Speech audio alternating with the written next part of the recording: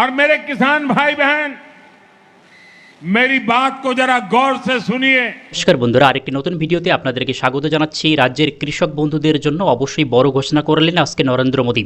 23তম কিস্তির টাকা দেওয়ার সময় পিএম কিষাণ প্রকল্পের সাথে সাথে আরও 3-4টি প্রকল্পের কথা তিনি ঘোষণা করলেন, যেগুলো এবার থেকে পশ্চিমবঙ্গে চালু হতে চলেছে।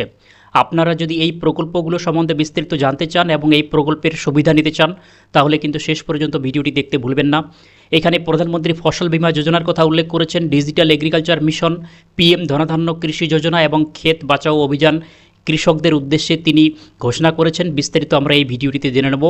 নতুন দর্শক হয়ে থাকলে অবশ্যই চ্যানেলটি সাবস্ক্রাইব করুন, ভিডিওটি লাইক করবেন। বন্ধুরা, আজকে 20 জুন 2026 পশ্চিমবঙ্গের হুগলি জেলার তারকেশ্বরে পশ্চিমবঙ্গ দিবস উদযাপন অনুষ্ঠানে আয়োজিত এক জনসভায় প্রধানমন্ত্রী মোদী কৃষকদের উদ্দেশ্যে তিনি পশ্চিমবঙ্গের, বিশেষ করে পশ্চিমবঙ্গের কৃষকদের জন্য যে ঘোষণাগুলো করেছেন সেগুলো প্রধানমন্ত্রী ফসল বীমা যোজনা, ডিজিটাল এগ্রিকালচার মিশন, পিএম ধনধান্য কৃষি যোজনা এবং ক্ষেত বাঁচাও অভিযান।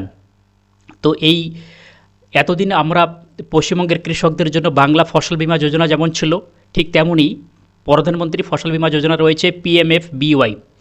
এই ফসল বীমায় আপনারা কী কী সুবিধা পাবেন? এটি একটি কেন্দ্রীয় শস্য বীমা প্রকল্প, যা প্রাকৃতিক দুর্যোগ, পোকা বা রোগের কারণে ফসলের ক্ষতি হলে কৃষকদের আর্থিক সুরক্ষা প্রদান করে। এখানে এর বৈশিষ্ট্য রয়েছে ভালো, সুন্দর। কৃষকদের জন্য প্রিমিয়ামের হার খুবই কম রাখা হয়েছে। খারিফ শস্যের জন্য মাত্র 2% এবং রবি শস্যের জন্য 1.5%, এবং বাণিজ্যিক বা উদ্যান পালন শস্যের জন্য 5%, যারা বাণিজ্যিকভাবে চাষ করেন তাদের জন্য। এরপরে পূর্ণ সুরক্ষা দেওয়া হয়ে থাকে এই বিমাতে।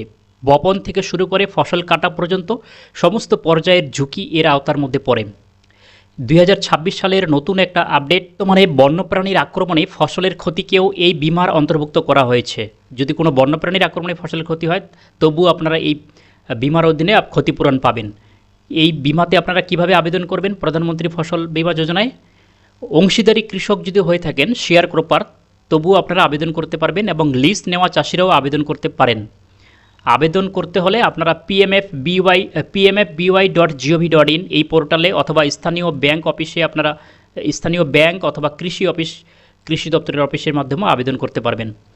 এরপরে আরেকটা স্কিমের কথা উল্লেখ করেছেন প্রধানমন্ত্রী মোদী, সেটা হচ্ছে ডিজিটাল এগ্রিকালচার মিশন। এটা কি? এটা হচ্ছে 2024 সালের সেপ্টেম্বরে অনুমোদিত। এই মিশনের লক্ষ্য হলো প্রযুক্তি ব্যবহারের মাধ্যমে কৃষি ব্যবস্থাকে আরও স্বচ্ছ এবং দক্ষ করে তোলা। তো এই স্কিমে কি কি হয়ে থাকে? এগ্রি স্ট্যাক, এটি কৃষকদের জন্য আধার কার্ডের মতো একটি ডিজিটাল পরিচয়। এতে কৃষকের জমি, চাষ করা ফসল এবং সরকারি সুবিধার সমস্ত তথ্য থাকবে। এটা একটা কার্ডের মতো, এগ্রি স্ট্যাক। এই কার্ডটা আপনারা করে নিতে পারবেন।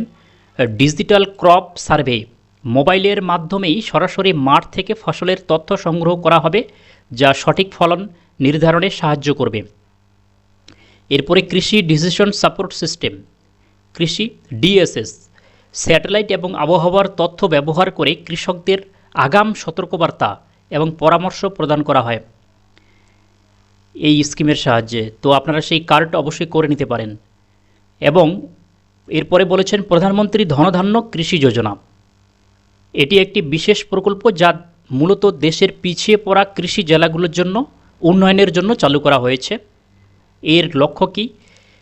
টার্গেট জেলা রয়েছে 100টি পিছিয়ে পড়া জেলা দেশের মধ্যে রয়েছে, যেখানে নিবিড় চাষবাস এর ব্যবস্থা করা হবে, এবং 6 বছরের জন্য মোট 24,000 কোটি টাকা বরাদ্দ করা হয়েছে এই 100টি জেলার জন্য। এর মধ্যে আমাদের পশ্চিমবঙ্গের 4টি জেলা রয়েছে। সুবিধা কি রয়েছে?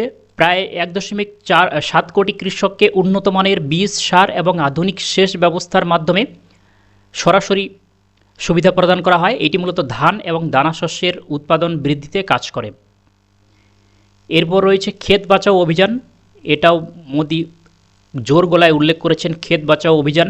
এটি মূলত একটি সচেতনতামূলক এবং মাঠ পর্যায়ের অভিযান, যা মাটির স্বাস্থ্য রক্ষা এবং পরিবেশ বান্ধব চাষাবাদকে উৎসাহিত করে।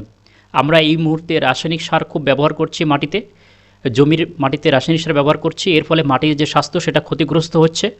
তো সেই স্বাস্থ্য রক্ষা করার জন্য জৈব সারের ব্যবহার বাড়াতে হবে।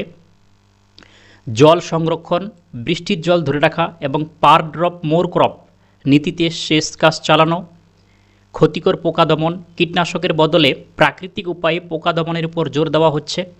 যেমন প্রচুর হারে কৃষক বন্ধু আমরা কীটনাশক ইউজ করে থাকি জমিতে, তো সেই কীটনাশক ওর বদলে এবারে প্রাকৃতিক উপায়ে কীভাবে দমন করা যায় সেটার উপর জোর দিতে বলেছে।